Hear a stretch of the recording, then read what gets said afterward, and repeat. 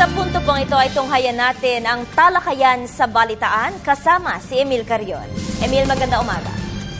Magandang umaga sa iyo, Vivian, at sa ating mga kabalitaan. Sa bahaging ito ng ating talakayan sa balitaan, madalas na pinag-uusapan ng kahalagahan ng disiplina. Tila ito ay lahat ay naniniwala na kailangan ng disiplina. Pero tila bawat isa din ay kanya-kanyang palusot para makaiwas sa pagdidisiplina o pagtupad ng struktura ng disiplina. Kasama natin ngayong umaga si Professor Mel Inductivo, isang guro at isang social scientist na tumutukoy sa kamalayan at kahalagahan ng tamang pamumuhay sa pamamagitan ng disiplina at ang kanyang movement na Ako'y Pilipino, Disiplinado Movement. Magandang umaga po sa inyo, Professor Mel. Hello, magandang umaga rin, Emil, at sa ating mga tagapakinig. Opo, ano po yung pinakalayunin nitong inyong Ako'y Pilipino, Disiplinado Movement? Itong Ako'y Pilipino Disiplinado Movement, nagmamahal sa Diyos at sa tao, ay may tatlong key mission. No? Ang objective namin, magkaroon ng kamalayan ang tao sa disiplina. Yung unang K, pangalawang K namin dito, yung magkaroon ng kaalaman. At yung ikatlo, magkaroon ng kakayahan na ang tao ay makapagdisiplina ng kanyang mga nasasakupan. So, ito po ay ang ating mission dito sa Ako'y Pilipino Disiplinado, na kung saan sa ngayon ang kamalayan ay halos wala sa disiplina. Makikita natin, nangyayari sa kapaligiran natin, halos nobody talks about discipline at all. And wala rin tayong masasabing kaalaman, dahil kasi nga wala naman mga libro, wala naman nagtuturo about it, wala naman nag-advocate. So how can we have knowledge or kaalaman dito sa disiplina? And definitely, kung wala tayong kamalayan, kaalaman, wala rin tayong magiging kakayahan sa pagdidisiplina.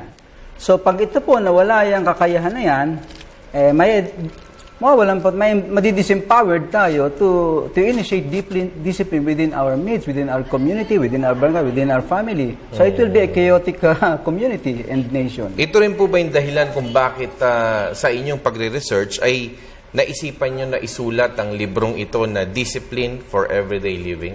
Yes, yan po ang isang dahilan kung bakit ko na isulat yan. It took me 7 years to write that.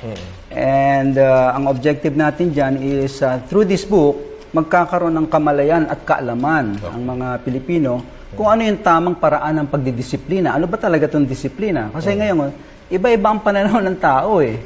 Sa totoo lang, iisa lang ang konsepto ng disiplina, iisa lang ang prinsipyo niyan. Yun nga po yung naisulat natin dito. And ito pong libro na to, pag nabasa po natin dito, makikita po natin ano ba talaga ang kahulugan ng disiplina. Hindi lang sa perspektibo ng tao, kundi sa perspektibo ng ating Diyos.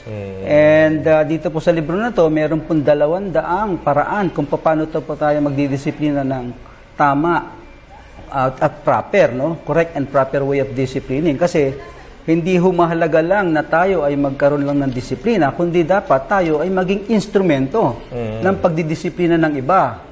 Yun ang ating objective dito sa libro na to. Ano pong nakikita ninyong pagkakahalintulad ng disiplina ng inyong advokasya at itong advokasya ng ating Pangulong Noynoy Aquino na tuwid na daan?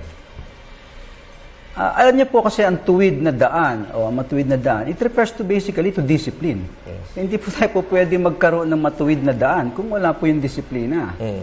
Kaya napakahalaga po nito sa isang advokasya na kung gusto natin magkaroon ng matuwid na daan, dapat meron tayong ipromote natin itong disiplina. Kasi unang-una rin talaga sa ating Constitution, sa Philippine Constitution, under Article 14, Section 3, it states that the state must promote discipline among its people. Why? Because alam natin na pagka may disiplina ang isang bayan, magkakaroon ng kapayapaan, no? Magkakaroon ng katahimikan, kaayusan, at of course, kaunlaran. Yun. Ito pong administrasyon ni Pangulong Aquino na ngayon ay talagang tumatahak dito sa tuwid na daan. Paano niyo pong inaayudahan ito sa pamamagitan nitong disiplina principle?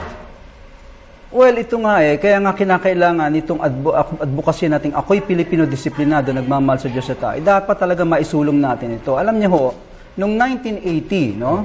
Noong 1980, ang disiplina ng tao noon about 50 million eh. Yes. Ang disiplina niyo medyo maganda pa, maybe siguro because during the time of Marcos then, no?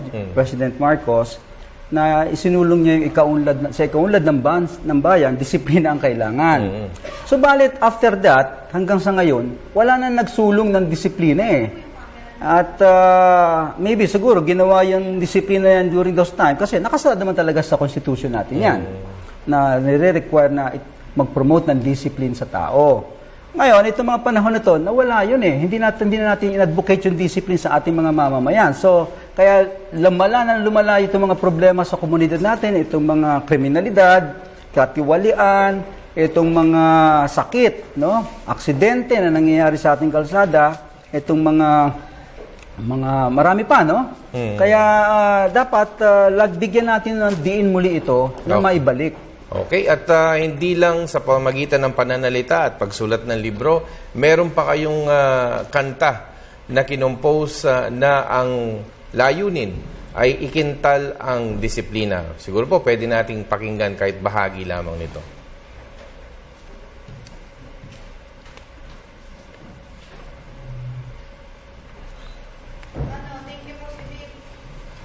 At siguro sa susunod na pagkakataon na lang natin pakinggan ito. At ano po ang inyong mensahe sa ating mga kabalitaan? Well, ang mensahe lang natin dito, nangangailangan kami ng suporta, tulong natin para maisulong natin sa ating bansa. Hindi po namin kayang gawin ito na mag-isa lamang. At ang pagtatayo po ng isang kultura ng disiplina sa ating bansa ay